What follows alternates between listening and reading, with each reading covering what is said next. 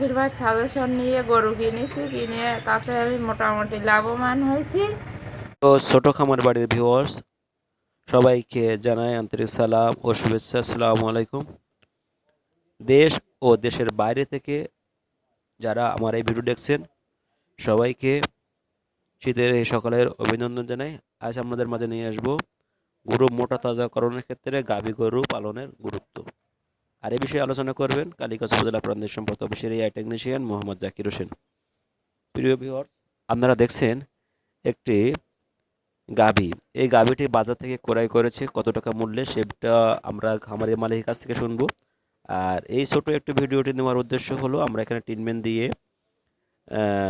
অল্প সময়ে একটি ট্রায়াল দেব 3 মাসের, এবং এই ট্রায়ালের মাধ্যমে আমরা গরু মোটাতাজাকরণের ক্ষেত্রে গাভীকেও যে ভালো অবদান রাখতে পারে সেই বিষয়ে কথা বলবো, এবং কী কী ঔষধ খাওয়ানো হতে পারে স্টেরয়েড মুক্ত এবং ইনজেকশন বিহীন সে বিষয় নিয়ে আমরা আলোচনা করব।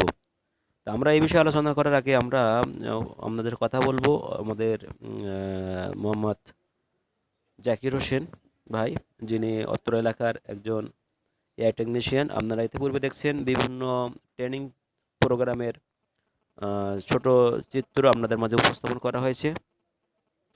অত্র এলাকা কালীগঞ্জ উপজেলা প্রাণী সম্পদ অফিসের এআই টেকনিশিয়ান মোহাম্মদ জাকির হোসেন বাংলাদেশের সর্বপ্রথম বাংলাদেশ প্রাণী সম্পদ ক্লাব প্রতিষ্ঠিত করা হয়, এবং এই ক্লাবের মাধ্যমে অত্র এলাকার গ্রামগঞ্জে মানুষের গরু ছাগল হাঁস মুরগি পালন বিষয়ে সংক্ষিপ্ত ধারণা দেওয়া হয় এবং রোগ প্রতিরোধ বিষয়ে আলোচনা করা হয়। আমরা এই ভিডিওটির মাধ্যমে আগামী ভিডিওগুলোয় এড়ে গরু পালনের পাশাপাশি গাভী মোটাতাজাকরণ করা যায় সে বিষয় নিয়ে আলোচনা করব। মোটাতাজাকরণ বিষয় নিয়ে আপনাদের কোনো জানা থাকে, জিজ্ঞাসা থাকলে আমাদের কাছে কমেন্ট করবেন, আমরা চেষ্টা করব আমাদের কমেন্টের উত্তর দেওয়ার। প্রিয় ভিউয়ার্স, আমরা এই গরুদের যে ওষুধ ব্যবহার করব তার ভিতরে যেগুলো ব্যবহার করছি আমাদের নাম বলেছি। আমরা যে ইভেটের কথা দেখাচ্ছি, এখানে ইভেট খাওয়ালে কি হবে, এই গরুটি একদিকতে হৃষ্টপুষ্ট হবে, ডাকে আসবে, আর ডাকে আসলে গরুটির দাম কিন্তু অনেকটা বেড়ে যাবে, কারণ মাংস দিয়ে এক দাম আর প্রেগনেন্ট গরুর আরেক দাম। তা আমরা এই গরু লালন পালনে বিভিন্ন সেমিনার করে থাকি বিভিন্ন অত্র এলাকায় খামারিদের নিয়ে। যাই হোক, আর বেশি কথা না, আমরা খামারের কথা শুনি একটু।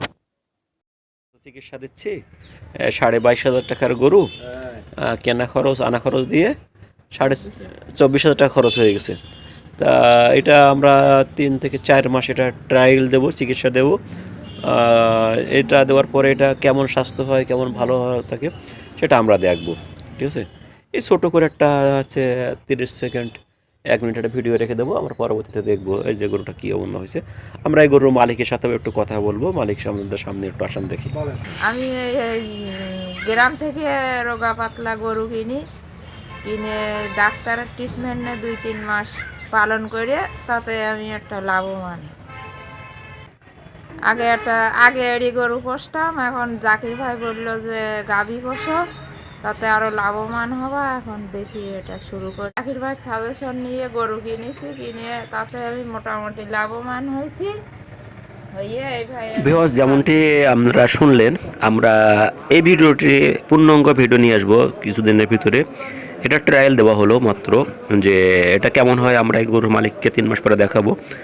আপনারা অবশ্যই আমাদের ভিডিও কমেন্ট করবেন। আর গরু অনেক সময় দেখেছেন যে কাগজ খায়, মাটি খায়, ছাই খায়, চোনা খায়, নেট খায়, মশারি খায়, ঝাঁটা খায়। এগুলো কেন খায়, কি অভাবের কারণে খায়, এর প্রতিকার কি, এগুলো হইলে খাইলে কি সমস্যা হয়, তো এই বিষয় নিয়ে আমরা আপনাদের মাঝে আরও একটি ভিডিও নিয়ে আসবো, আশা করছি খুব তাড়াতাড়ি।